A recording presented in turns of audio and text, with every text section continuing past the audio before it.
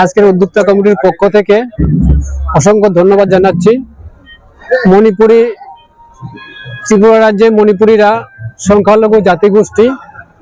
এই জাতিগোষ্ঠীর ভাষা ত্রিপুরা রাজ্যের সরকারের ডিপার্টমেন্ট থেকে এখানে মণিপুরি ভাষা শিক্ষার ঘোষণা করে ক্লাস 1 থেকে ক্লাস 8 পর্যন্ত পড়ানো হয় এবং মণিপুরি ভাষাকে এই ত্রিপুরা রাজ্যের সরকার মণিপুরি ভাষাকে উন্নত এবং সমৃদ্ধ করার জন্য বিভিন্ন পন্থা অবলম্বন করেছেন।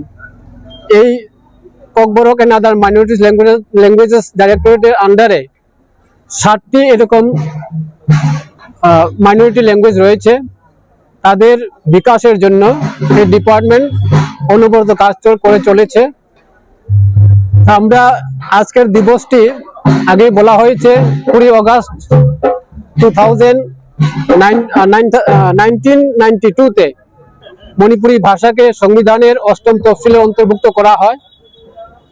সংবিধান এর মধ্যে অন্তর্ভুক্ত হওয়া মানে ওই ভাষার উন্নতি এবং বিকাশের জন্য প্রচুর কার্যক্রম পরিচালনা করা হয় সেন্ট্রাল গভর্নমেন্টের পক্ষ থেকে। এবং আমাদের মণিপুরি ভাষা অত্যন্ত পুরাতন ভাষা। এই ভাষাকে স্বীকৃতি দিয়ে ওই 20 অগাস্ট 1992-তে ভারত সরকার আমাদের এই ভাষাকে সম্মান দিয়েছে এবং সংবিধানে অন্তর্ভুক্ত করেছেন। এজন্য আমরা মণিপুরি ভাষী সারা পৃথিবীতে, আসলে মণিপুরি ভাষার মূল স্থান হচ্ছে মণিপুর, তবু ত্রিপুরাতে আমরা অনেক মণিপুরি আছি, প্রায় 30-35 হাজার মণিপুরি আমরা বাস করি। আমাদের এই ভাষাকে সমৃদ্ধ করার জন্য, এই ভাষাকে রক্ষা করার জন্য আমরা বিভিন্নভাবে প্রচেষ্টা করে যাচ্ছি। এর মধ্যে এই ভাষা দিবস পালন করা অন্যতম।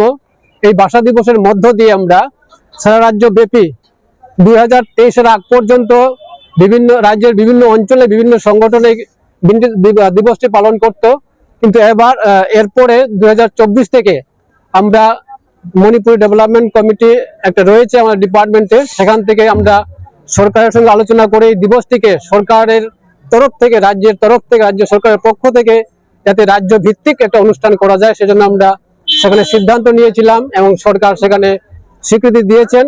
ফলে 2024 থেকে আমরা এই দিবসটি পালন করে আসছি। এইভাবে একত্রিত হয়ে একটা জায়গাতে সমস্ত অংশের মণিপুরি ভাষীরা একত্রিত হবে। এখানে এই ভাষার শিক্ষা, এই ভাষার উন্নতি, এই ভাষার যে সংকটগুলো রয়েছে সে সম্পর্কে বিশদভাবে আলোচনা করা হবে এবং এর মাধ্যমে সমস্ত মণিপুরি ভাষীদের মধ্যে আমাদের ভাষার উন্নতির জন্য, ভাষা শিক্ষার জন্য, ভাষাকে কিভাবে রক্ষা করা যায়, আরো কিভাবে উন্নত করা যায় এবং এই ভাষার গুরুত্ব কি সে সম্পর্কে আমরা বিশদভাবে আলোচনা করতে পারবো এবং সারা ত্রিপুরা ব্যাপী আমাদের যে লক্ষ্য, আমাদের যে মোটো, সেটা আমরা প্রচার করতে পারবো। সেই জন্য আমরা এই দিবসটিকে এবার একটু সুন্দর করে, আরো বেশি আয়তনে আমরা বৃদ্ধি করে সুন্দরভাবে বিভিন্ন মিনিস্টাররা এখানে থাকবেন, মণিপুর থেকে এসেছেন, আমাদের মাননীয় মন্ত্রী থাকবেন, এখানে অর্থমন্ত্রী মহোদয় থাকবেন, তাদের সঙ্গে আমরা এই দিবসটিকে আরো সুন্দর করার জন্য এবার উদ্যোগ নিয়েছি এবং আমরা আশা করি আজকের মিছিলটা এবং আমাদের যে উদ্যোগটা সাফল্যমণ্ডিত এবং সার্থক হবে আমরা মনে করি।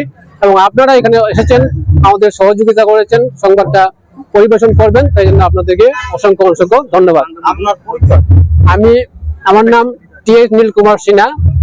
আমাদের ককবরক ডাইরেক্টরেটে একটা অ্যাডভাইজারি কমিটি আছে, সেই অ্যাডভাইজারি কমিটির জয়েন্ট ভাইস চেয়ারম্যান হচ্ছে আমার পদবী।